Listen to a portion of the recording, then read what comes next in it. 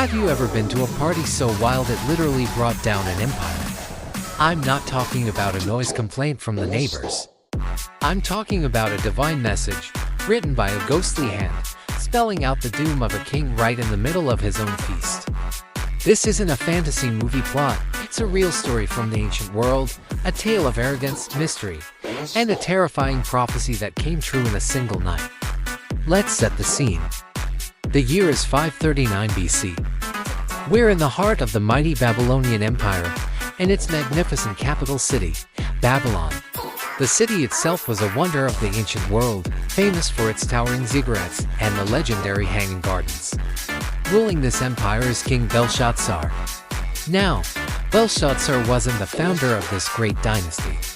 That was his grandfather, the formidable Nebuchadnezzar, the one who conquered Jerusalem and brought the Israelites into exile.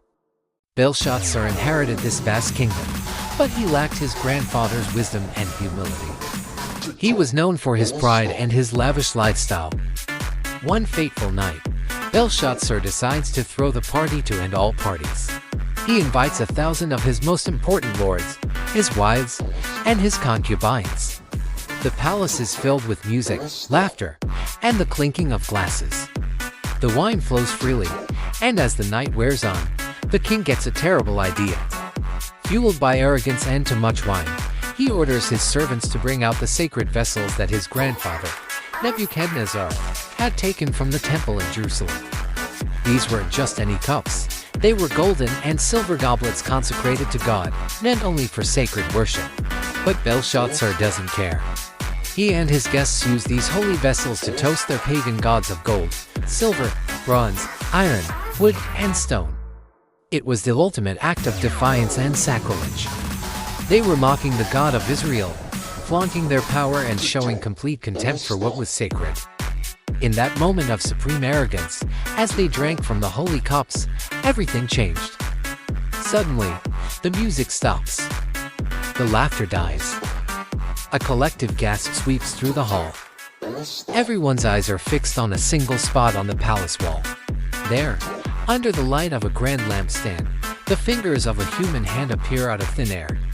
The hand has no body, no arm, just fingers moving slowly, deliberately, across the plaster of the wall.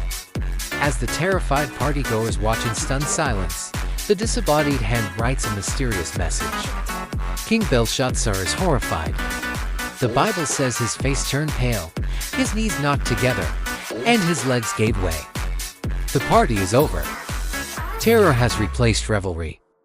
He screams for his advisors, the so-called wise men of Babylon, the enchanters, the astrologers, and the diviners. He makes a grand promise to the terrified crowd. Anyone who can read the writing and explain its meaning will be rewarded handsomely. They'll be clothed in purple, the color of royalty, have a gold chain placed around their neck, and be made the third highest ruler in the kingdom. The wise men rush forward, eager to win the king's favor. They stare at the strange, glowing words on the wall. But there's a problem. They can't read it. The script is unfamiliar, the language a mystery. They try every trick they know, consult their charts and their scrolls, but it's no use. The message remains a silent, terrifying riddle. The king grows even more desperate. The silence in the hall is deafening, broken only by the king's panicked breaths. His lords are bewildered and afraid.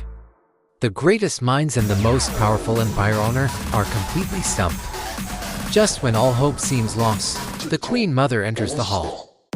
She hadn't been at the party, but she heard the commotion.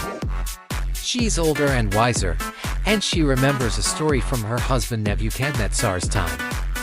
She tells Belshazzar not to be afraid. She says, "There is a man in your kingdom who has the spirit of the holy gods in him." She's talking about Daniel. Daniel was an Israelite exile who had served under Nebuchadnezzar. He was known for his incredible wisdom, his ability to interpret dreams, and his unwavering faith in his God. Decades earlier, he had interpreted Nebuchadnezzar's own troubling dreams, predicting the rise and fall of future empires. Though he was now an old man, his reputation for divine insight was legendary. Desperate, Belshazzar orders Daniel to be brought before him immediately. Daniel, now probably in his 80s, is led into the chaotic scene. He stands calmly before the trembling king. Belshazzar, trying to regain some composure, repeats his lavish offer of fame, fortune, and power. If only Daniel can solve the mystery of the writing on the wall. But Daniel is not interested in earthly rewards. He looks the king in the eye and says, "You may keep your gifts for yourself and give your rewards to someone else. Nevertheless, I will read the writing for the king and tell him what it means."